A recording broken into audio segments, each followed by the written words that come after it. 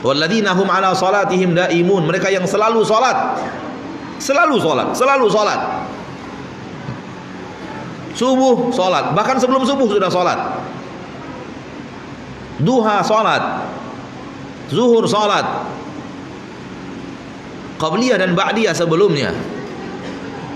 Asar salat, maghrib salat, isya salat.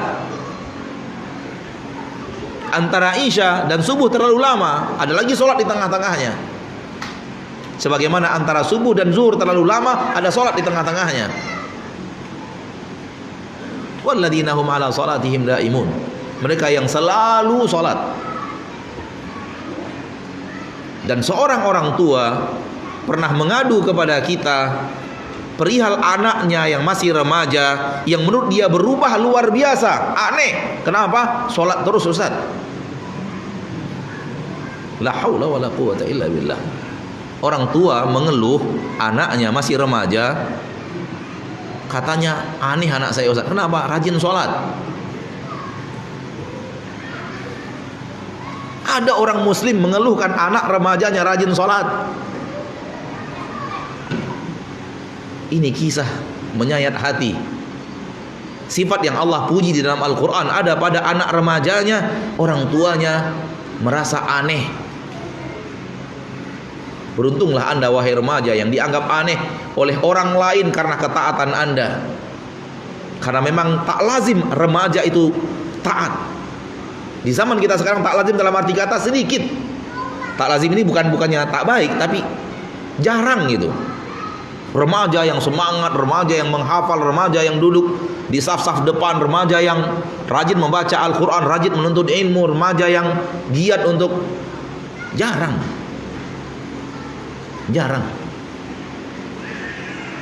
Makanya ibu merasa aneh.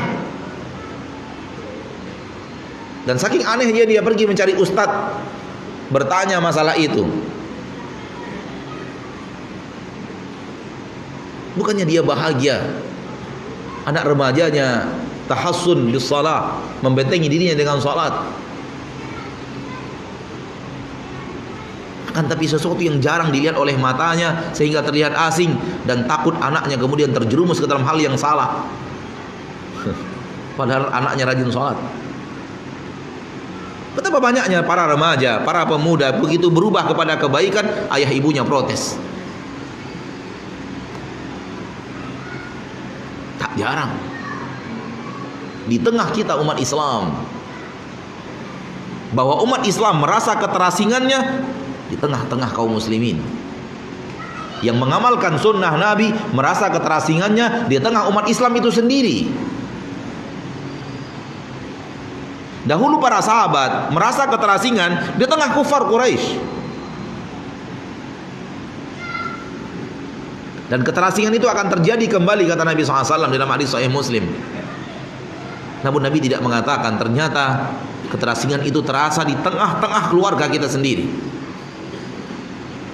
di tengah-tengah asyirah, keluarga besar kita, yang mengatakan kita sesat karena berjenggot, yang mengatakan kita sesat karena istri kita bercadar, yang mengatakan kita sesat karena sering membaca Al-Quran, yang mengatakan kita sesat karena kita begini begitu dari apa yang ada di dalam syariat Allah.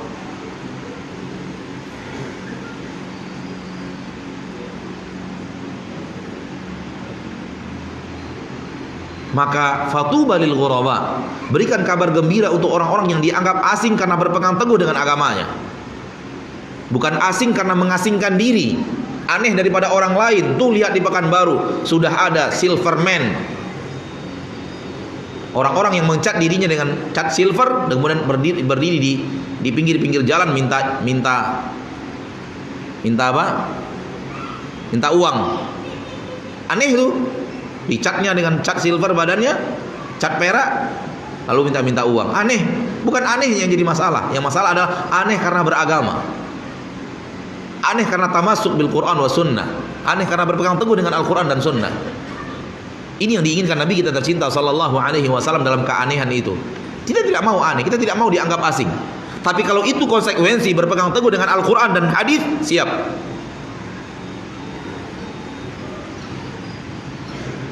Siapa yang mau dianggap aneh oleh masyarakatnya? Siapa yang mau dianggap asing oleh masyarakatnya? Nggak ada. Tapi kalau itu konsekuensi berpegang teguh dengan Al-Quran, kalau itu konsekuensi berpegang teguh dengan hadis Nabi SAW, insya Allah kita siap dan kita minta kepada Allah, Allah kokohkan hati kita. Dan itu bukanlah gampang. Itu bukanlah mudah. Butuh pengalaman bertahun-tahun untuk mengokohkan hati. Butuh pengalaman bertahun-tahun untuk berani. Dan kalau bukan taufik dari